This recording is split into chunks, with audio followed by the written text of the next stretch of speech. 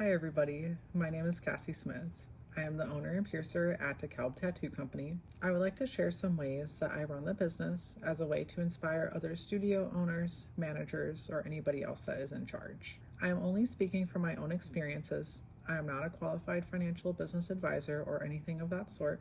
The way that I speak about my own business structure is not a way to discard anybody or any person in the way that they run their own studio. Everybody will have something that works for them.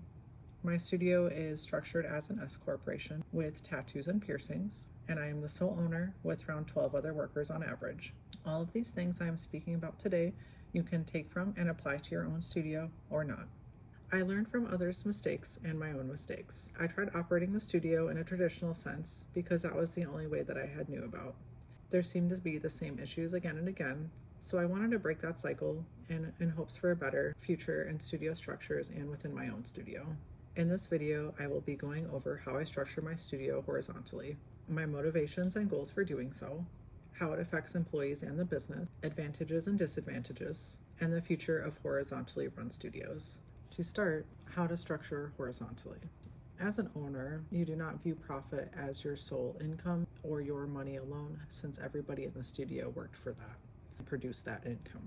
There is no exact goal of profiting, because the money will go towards the workers' pay and living wages, community donation, mutual aid, and scholarship funding, continued education and educational conferences. These things can be fully paid for the workers because that is a tax benefit if you're an LLC or S corporation.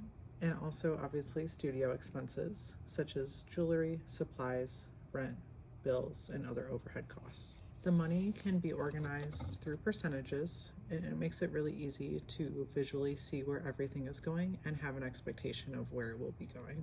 The profits at the end of the year can get divided out into worker raises, bonuses, reinvestments into the studio.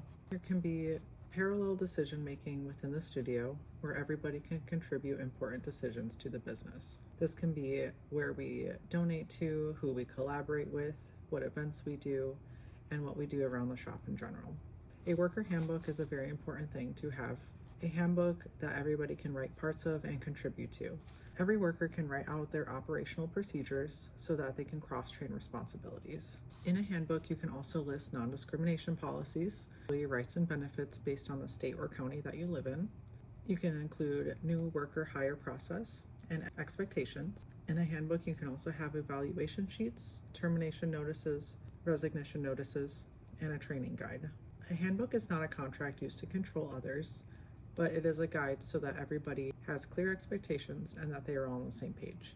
Having a horizontally run studio, you can have complete transparency with finances. You can show employees and workers the profit and loss sheet at the end of the year and answer any and all questions that they have about it. They can see where the money is going, how it is being spent, and they can discuss their own thoughts to help improve studio funds and how they are being utilized.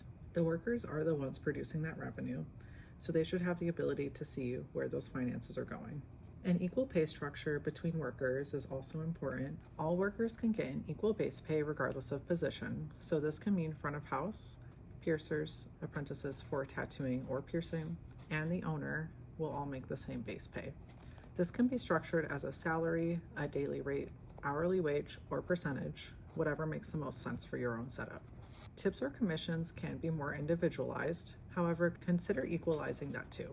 This can be tip splitting or raises and bonuses based on how well the studio does overall. Everybody's role in the studio is important, and one cannot easily exist without the other's help.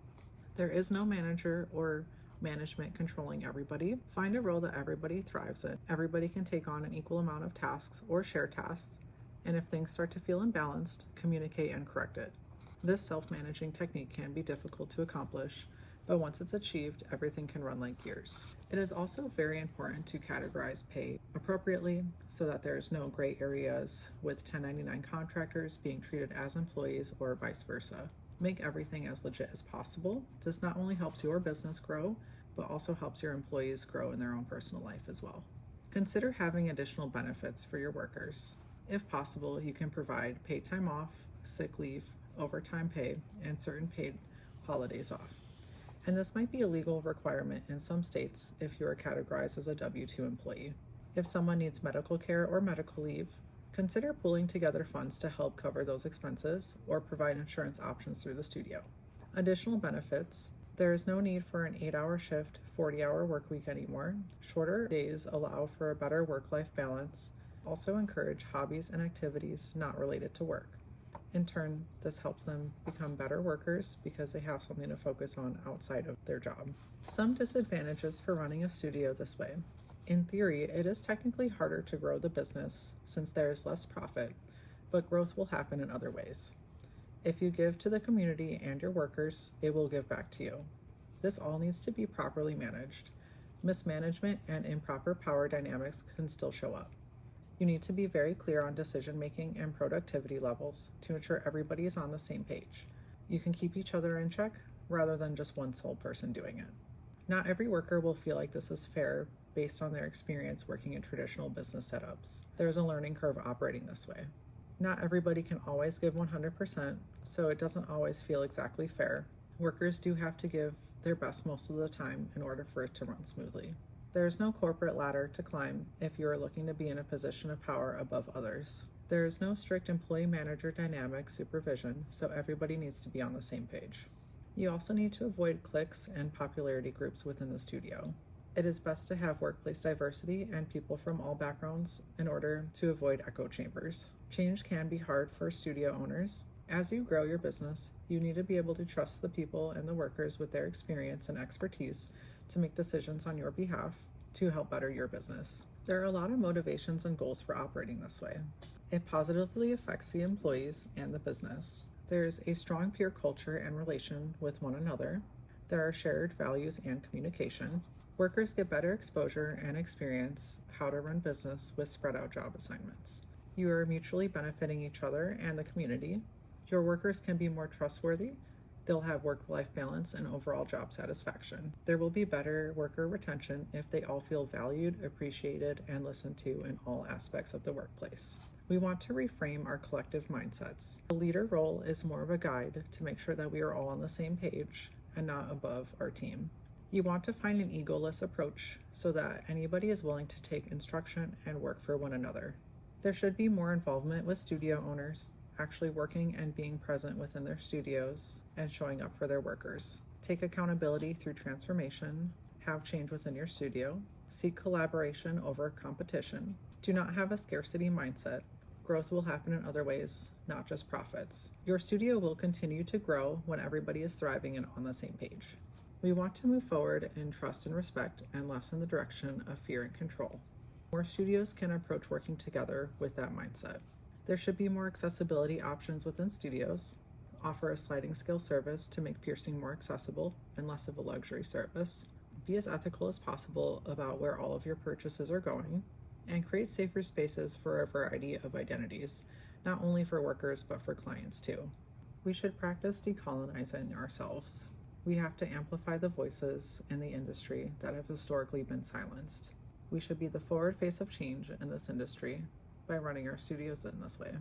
We should expand on the concept of liberty and how we can all free each other from the systems of capitalism and colonialism, working against those systems as much as possible in our day-to-day lives. Do not attribute your financial amount to your worth, and denounce empire building and denounce exploitative business practices. Thank you everybody for being here today and listening to my video.